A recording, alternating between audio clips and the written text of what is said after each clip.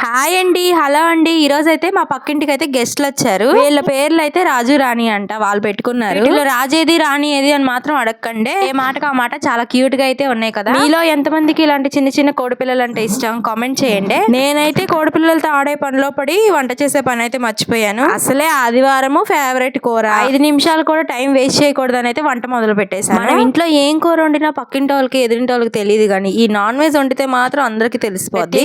ఏం కూర అని కూడా అడగర్లేండి. ఈ గుమగుమల్ని మనం మూతేసినా డోర్ వేసినా అస్సలు ఆపలేము. అలా ఆపినా కూడా తప్పే, ఎందుకంటే మనం వండే వంటలో గుమగుమలే కదా మనం ఎంత బాగా వంట చేస్తామని మార్కులు వేసేది. చదువులో యావరేజ్ అయినా సరే వంటల్లో ఫస్ట్ ర్యాంకే వస్తుందని ఈ మధ్య అయితే. పెళ్ళైన కొత్తలో అయితే ఏ వంట చేసినా ఫెయిల్ అయ్యేదాన్ని, ఇప్పుడైతే ఏ వంట చేసినా ఫస్ట్ ర్యాంక్ లో పాస్ అవుతున్నాను. పెళ్లి కాకముందు అమ్మ వంట నేర్పిస్తా అంటే సస్సేమీరా అనేదాన్ని. ఇప్పుడు యూట్యూబ్ లో చూసి మరీ వంటలు చేసేస్తున్నాను. ఇంకొన్ని రోజులు పోతే నేను ఈ వంటలు వండి వంట నక్కనైతే అయిపోతానేమో అనిపిస్తుంది. ఫైనల్ గా అయితే వంట అయింది, 1 గంట అయింది. చేద్దామని అయితే ప్లేట్లో వేసుకున్నా. ఫైనల్ గా మనకి చికెన్ కూరలో నిమ్మకాయ ఉండాల్సిందే. నచ్చే లైక్ చేయండి, సబ్స్క్రైబ్ చేసుకోండి. అబ్బా బాయ్.